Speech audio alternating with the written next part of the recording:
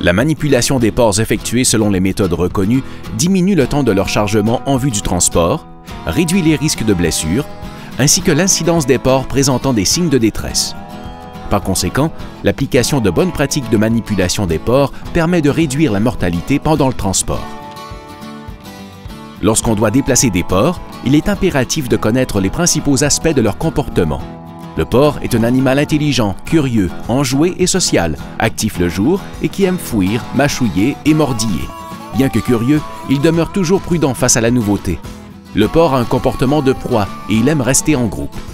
Il a une bonne mémoire et il se souvient des expériences positives et négatives vécues au contact des humains. Il n'aime pas les courants d'air ni les écarts de température. Le porc sera attiré vers la lumière, sauf si elle est éblouissante. Le porc a aussi une bonne ouïe, il est donc très réactif aux bruits perçants. Les contacts positifs avec les humains sont importants pour assurer le bien-être et la productivité d'un porc.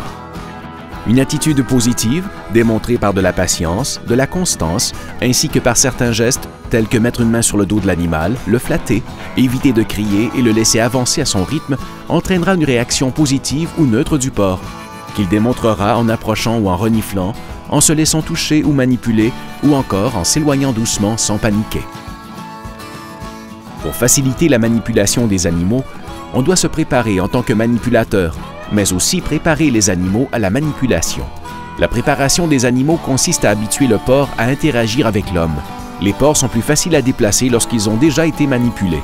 Le fait de marcher calmement et régulièrement dans les enclos permettra aux porcs de s'habituer à la présence des humains.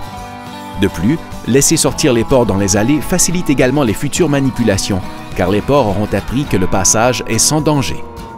Pour faciliter le déplacement des porcs, les préposés à l'élevage doivent connaître les principes à l'origine de leur comportement en lien avec la manipulation, comme la zone de fuite et le point de balance. Premièrement, il faut savoir que le porc a un champ de vision de 310 degrés et une vision binoculaire d'environ 50 degrés. Il possède une mauvaise acuité visuelle et sa vision est souvent obstruée par ses oreilles. La zone de fuite est définie comme étant un cercle imaginaire autour de l'animal dont la dimension varie d'un porc à l'autre. C'est la distance à partir de laquelle l'animal va choisir de s'éloigner du travailleur qui l'approche. On doit donc travailler à partir de cette réponse comportementale pour faire déplacer le porc dans la direction désirée. Le point de balance de l'animal est situé au niveau de ses épaules. L'animal réagira selon le positionnement du manipulateur par rapport à ce point de balance. Si le manipulateur se positionne derrière ce point, l'animal avancera et si le manipulateur se positionne devant ce point, l'animal reculera. Puisque les yeux du porc sont placés sur le côté de la tête et qu'il a un champ de vision d'environ 310 degrés, on doit aussi tenir compte de son angle mort. Ainsi, le porc ne bougera pas si le manipulateur l'approche directement par l'arrière, car le porc ne le voit pas. Toutefois, il est recommandé de ne jamais marcher face aux porcs qui sont dans une allée, car la peur pourra les pousser à se retourner et ils risquent alors de se coincer. Avant de déplacer vos animaux, assurez-vous de disposer les panneaux de façon adéquate afin qu'ils prennent le bon chemin. De plus, les obstacles ou objets inutiles se trouvant sur le chemin des porcs doivent être enlevés. Pour faciliter le déplacement des porcs, différents outils sont disponibles.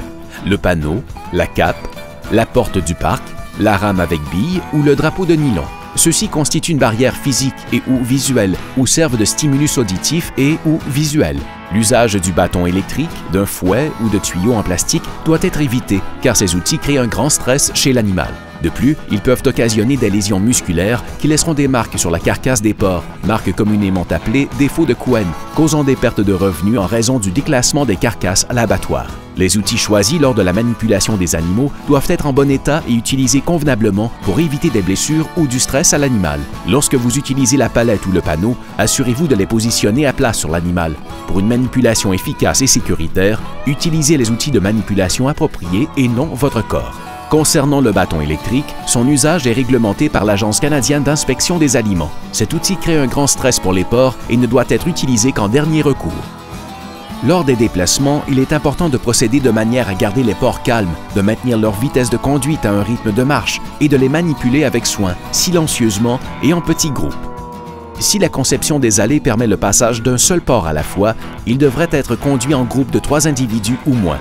Dans le cas où les allées peuvent laisser passer 2 porcs à la fois, ceux-ci peuvent y être dirigés en groupe de 6 individus ou moins. Ainsi, le manipulateur s'assurera de toujours pouvoir garder un contact avec le porc placé à la tête du groupe. Les porcs peuvent se montrer hésitants, voire même refuser d'avancer en présence d'ombre ou de reflets provoqués par du métal luisant ou des flaques d'eau. Les changements dans le revêtement du sol, les orifices de drainage, les grilles métalliques ou des cliquetis peuvent aussi le perturber. Enfin, évitez que des personnes non impliquées dans leur déplacement ne se retrouvent dans leur champ de vision, car la vue de personnes œuvrant à proximité d'eux risque de les faire s'arrêter. Les préposés qui manipulent les porcs doivent être en mesure de reconnaître les signes de détresse et, au besoin, savoir comment réagir pour soulager les animaux. Les symptômes d'un porc en détresse sont une respiration difficile avec la gueule ouverte, pantelante ou haletante, la présence de plaques rougeâtres sur la peau, une température corporelle élevée, de la raideur, un refus de se déplacer, une incapacité de se lever, des tremblements. Les porcs qui présentent des signes de détresse sont inaptes au transport et ne doivent pas être chargés dans le camion. Ils doivent faire l'objet d'une attention immédiate et être déplacés lentement vers un enclos de guérison. En conclusion, la mise en place des bonnes pratiques de manipulation des porcs améliore la qualité du travail, réduit le temps de chargement et rend les manipulations plus sécuritaires. La manipulation des porcs, selon les méthodes reconnues, permet d'améliorer le bien-être des animaux et la qualité de la viande et projette également une meilleure image de la production porcine. Bien comprendre l'animal est la base. Leur confort et leur performance aura un impact sur votre confort et votre performance.